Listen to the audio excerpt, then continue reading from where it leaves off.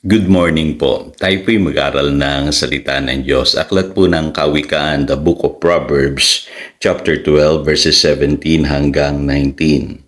Sa pagsasabi ng tapat, lumilitaw ang katarungan, ngunit ang pagsisinungaling ay lumilikha ng kapahamakan. Ang matalas na pananalita ay sumusugat ng damdamin, ngunit sa magandang pananalita, sakit ng loob ay gumagaling.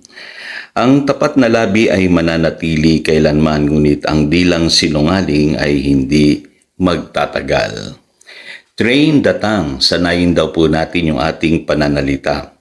At alam niyo po, sabi po sa Proverbs chapter 12, verse 14 sa English Bible po, no? Sabi po diyan, from the fruit of his lips, a man is filled with good things. Ano po? At ang sabi rin sa verse 18, the tongue of the wise brings healing. Kaya napakagandang paalala sa atin na yung ating pong pananalita ay dapat nating sanayin. Ano po? Kasi sabi po sa James chapter 3 verse 11, out of the same mouth come praise and cursing.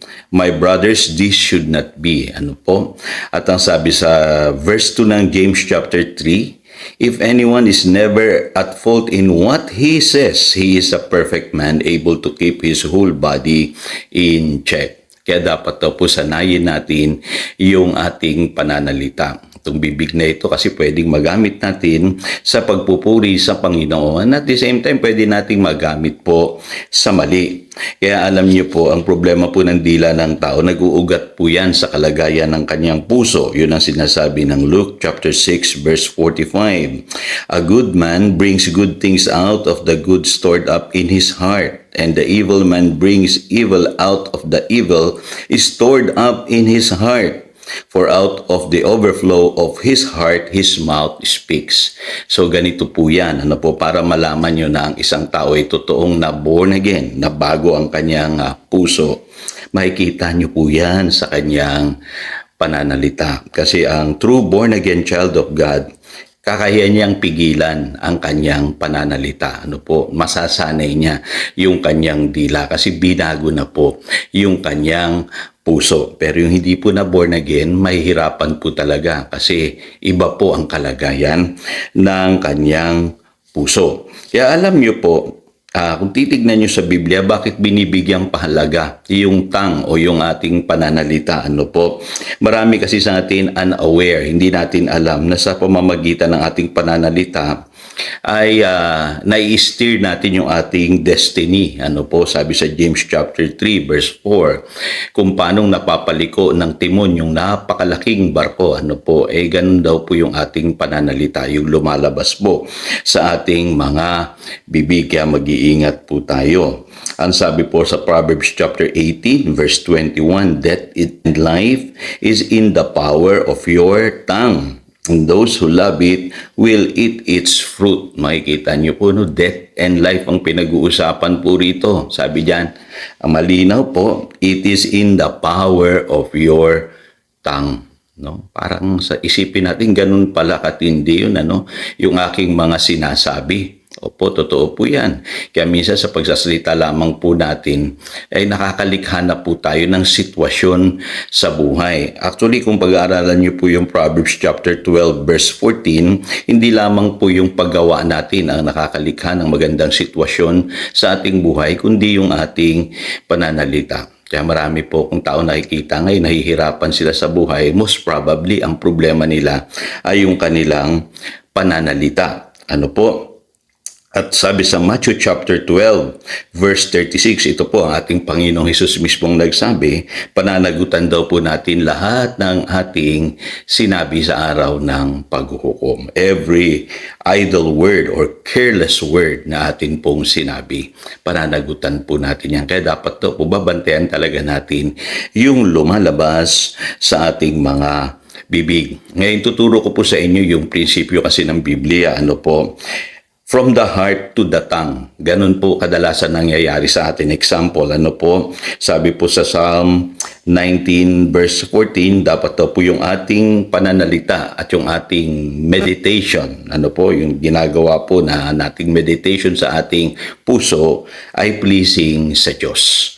Ano po, kaya alam niyo po ba, yung words na lumalabas sa ating bibig, nanggagaling lamang yan sa minimeditate ng ating puso. Kaya kung maalala niyo po si Joshua, sa Joshua chapter 1 verse 8, ang kabilin-bilinan sa kanya ay i-meditate yung salita ng Diyos. Kasi kung ang puso mo'y puno ng salita ng Diyos, yung lalabas sa iyong bibig, mabubuting bagay. Ikaw ay magtatagumpay sa buhay na ito. Yun po ang sinasabi ng Joshua chapter 1 verse 8. Kaya mag-iingat po tayo kung ano lagi yung minimeditate ng ating puso. Kadalasan yun po ang inilalabas ng ating bibig. Ano po? At sa Romans chapter 10, alam na po natin ito sa verse 9 and 10, with the heart we believe and are justified, and it is with the mouth we confess and are saved. Kita ninyo, hindi lamang nanalig sa puso, no, ang kailangan ng isang Kristiyano para siya ay maligtas, o ng isang tao para siya ay maligtas. Kailangan ay i-confess din ng kanyang bibig. So yan po ang prinsipyo ng pananampalataya. Kailangan mananalig tayo sa ating puso at i-confess ng ating bibig kung ano po yung ating pinanampalatayanan. Maraming hindi po naniniwala dyan. Ako rin dati iniisip ko, kailangan siguro manalig lang sa puso. Pero mahalaga po pala, sabi ng Biblia, na i-confess mo kung ano ang iyong pinaniniwalaan mula sa iyong bibig. At ang sabi po ng 1 Peter, whoever would love life and see good days must keep his tongue from evil and his lips from deceitful lies. Kung gusto mo ng magandang buhay, kapatid, kailangan bantayan mo ang iyong dila o ang iyong pananalita. So ano i-avoid natin? Sabi sa Proverbs chapter 12 verse 13, an evil man is trapped by his sinful talk. Avoid natin yung sinful talk. Yung natutuwa tayong mag-usap-usap tungkol sa kasalanan. O yung kasalanan kahit hindi natin ginagawa, pinag-uusapan naman nating madalas, ginagawa nating biro. Avoid natin yan. Sa Proverbs 12:17, sabi diyan, a false witness tells lies. Ano po ibig sabihin yan? Sabi, kung babasahin natin ang buo yung verse, a truthful witness gives honest testimony, but a false witness tells lies. So, huwag tayong magsisinungaling. Huwag tayong magiging false witness. Ano po? Sabi sa Proverbs chapter 12 verse 18, yung tinatawag na reckless words, no, yung matatalim na pananalita. Babatean po natin yung lumalabas sa ating bibig, lalo na kung ito'y nakasasakit na ng damdamin ng ibang tao. Kasi ang tunay na pananalita ng taong matuwid, it brings healing. Yun po sinasabi ng verse na yan. Sa Ephesians chapter 4 verse 29, do not let unwholesome talk comes out of your mouth. Yung mga walang kwentang pag-uusap, walang kabuluhan.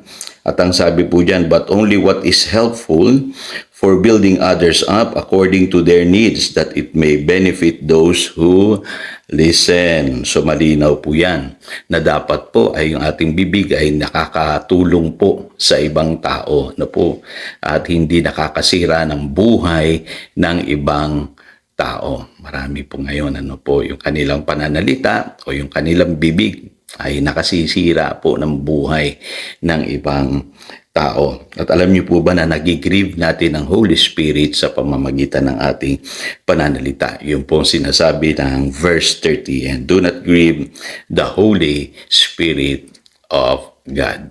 So again, ito si Pastor Jojo nagpapaalala upang daluyan tayo ng pagpapala, manatili tayo sa kanyang salita. Good morning.